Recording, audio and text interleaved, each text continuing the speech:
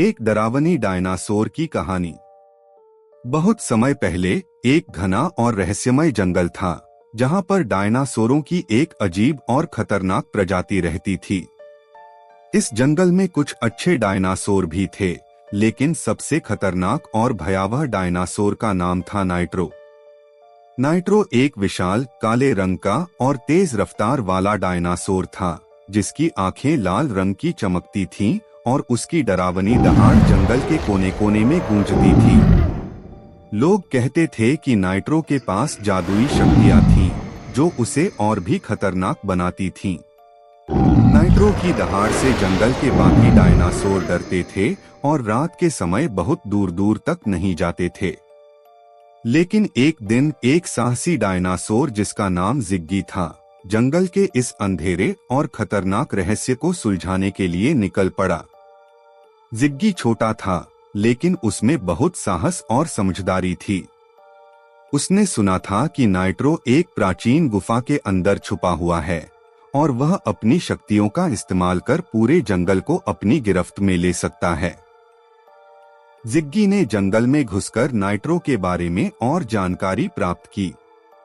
वह जानता था कि उसे नाइट्रो की गुफा तक पहुंचने के लिए कई खतरों का सामना करना पड़ेगा, क्योंकि रास्ते में खतरनाक जाल, तेज पहाड़ और विशाल पेड़ थे। लेकिन जिग्गी ने हार नहीं मानी।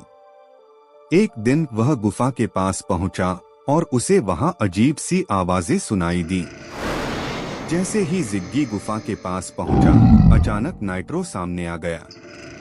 उसकी लाल आंखें जल रही थीं और उसकी डरावनी दहाड़ ने जिग्गी को हिलाकर रख दिया। तुम यहाँ क्या करने आए हो? नाइट्रो ने गुस्से में कहा। जिग्गी ने उसे बताया कि वह जंगल को उसकी जादुई शक्तियों से बचाना चाहता है। लेकिन नाइट्रो ने कहा, मैं इस जंगल का मालिक हूँ और कोई भी मुझे चुनौती नहीं दे सकता। नाइट्रो और जिग्गी के बीच एक भयंकर युद्ध हुआ। नाइट्रो अपनी तेज रफ्तार से जिग्गी को हराने की कोशिश करता, लेकिन जिग्गी ने अपनी समझदारी से नाइट्रो के जादुई शक्तियों को बेकार कर दिया। जिग्गी ने नाइट्रो की गुफा में रखा एक पुराना और शक्तिशाली पत्थर ढूंढा, जिससे नाइट्रो की शक्तियां खत्म हो गईं। मोरल ऑफ द स्टोरी: जिग्गी ने नाइट्रो को हराकर जंगल को उसकी बुरी शक्तियों से मुक्त कर दिया।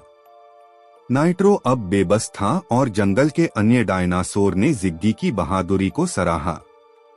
अब जंगल में शांति लौट आई थी, लेकिन जिग्गी जानता था कि उसे हमेशा सतर्क रहना होगा, क्योंकि अंधेरे में छिपे हुए खतरे कभी भी लौट सकते हैं।